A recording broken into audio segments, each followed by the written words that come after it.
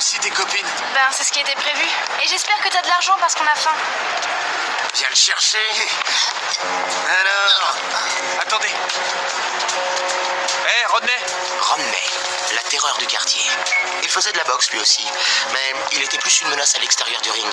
Il faisait la loi dans le quartier en terrorisant tout le monde. Tu oses t'adresser à moi? Non mais je rêve. Alors ce sera toi mon adversaire lors du match d'exhibition? On dirait que oui. Mais tu sais que je boxe mieux que toi, Minus. C'est lui qui va gagner. Il est bourré de talent. Ouais, c'est vrai, et il s'entraîne alors t'as aucune chance. Oh, il s'entraîne. Oh, j'ai peur de lui. Ouais, c'est lui qui devrait avoir peur, hein, Rodney? Ouais. Não, né? Aí, tô destacando, hein? É mesmo. Olha o cabelinho dele.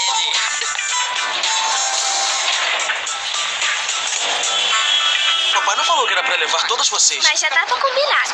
E é bom ter dinheiro, porque estamos com Ah, cara, fome. ainda bem que eu não tenho irmã. Então vem pegar. Ah, eu vou ao cinema. Você vai comigo? Então tá. Rodney.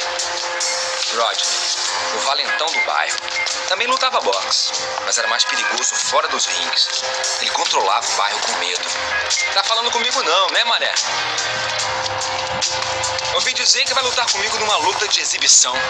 É, isso mesmo. Você nunca vai me vencer, filhinho de papai. Ah, vai sim. Ele tem altos golpes. É isso aí. Ele andou treinando, então é melhor se cuidar. Treinando? Oh, que medo. Ele é que devia ter medo. Não é não, Rodney? É. Ele é que devia